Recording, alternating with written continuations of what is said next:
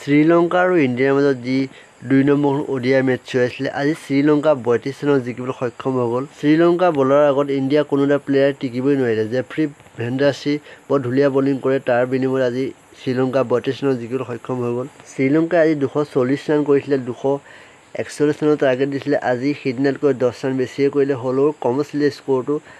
সিদিনাৰ যিখন টক্কৰ মেচ আছিলে, আজি ঠিকে আছিলে স্ক'ৰটো।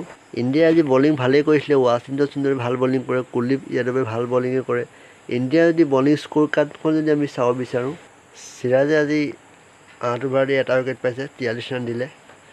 আৰ্শদীপে আজি 9 অভাৰত উইকেট নাপালে, আজি 58 ৰান দি দিলে। আজি অক্ষৰ পেটেলে 9 অভাৰত 38 ৰান দি 1 উইকেট পাইছে। শিৱম ডুবে 2 অভাৰত 10 ৰান দি উইকেট নাপালে।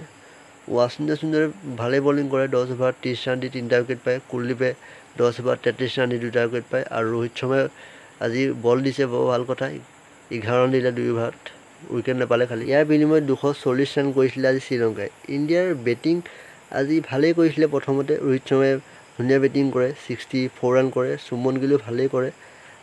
ইণ্ডিয়াৰ যদি বেটিং স্ক'ৰ কাৰ্ডখন যদি আমি চাওঁ, ৰোহিত শৰ্মাই 44 বলত 64, চুমন গিলে 44 বলত 35। আজি বিৰাট কোহলিয়ে ভাল নেখেলিলে, আকৌ এবাৰ 19টা বলত 14 ৰানহে মাৰে। শিৱম ডুবে ভাল নেখেলিলে, 4টা বলত 0। অক্ষৰ পেটেলে ভাল খেলিলে, 44 বলত 44। সুৰেশ আয়াৰে ভাল নেখেলিলে, 7 ৰানে খেলিলে। ৰাহুলে আজি ভাল খেলিব নোৱাৰে, 2টা বলত 0। ৱাশ্বিংটন সুন্দৰে 40টা বলত 15।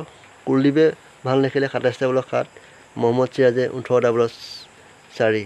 আজি শ্ৰীলংকাৰ আজি বলিং বৰ ধুনীয়া কৰে, জেফ্ৰী ভেণ্ডাছিয়ে বৰ ধুনীয়া বলিং কৰে, 6টা উইকেট লৈছে। আজিলৈকে ODIত কোনো এটা প্লেয়াৰে 6টা উইকেট লোৱা নাছিলে। আজি 33 ৰান দি 10 অভাৰ 6টা উইকেট ল'লে। আজি প্ৰথম ল'লে ৰোহিত শৰ্মাক, চুমন গিলক, শিৱম ডুবেক ল'লে, কোহলীক ল'লে, ৰাহুলক ল'লে। আজি 6টা উইকেট লৈ ল'লে। আজি বৰ ধুনীয়া বলিং কৰে জেফ্ৰী ভেণ্ডাছিয়ে। শ্ৰীলংকাৰ কেপ্টেইন আছলানকাই বৰ ধুনীয়া বলিং কৰে, 3টা উইকেট পায়, বৰ ধুনীয়া বলিং কৰে।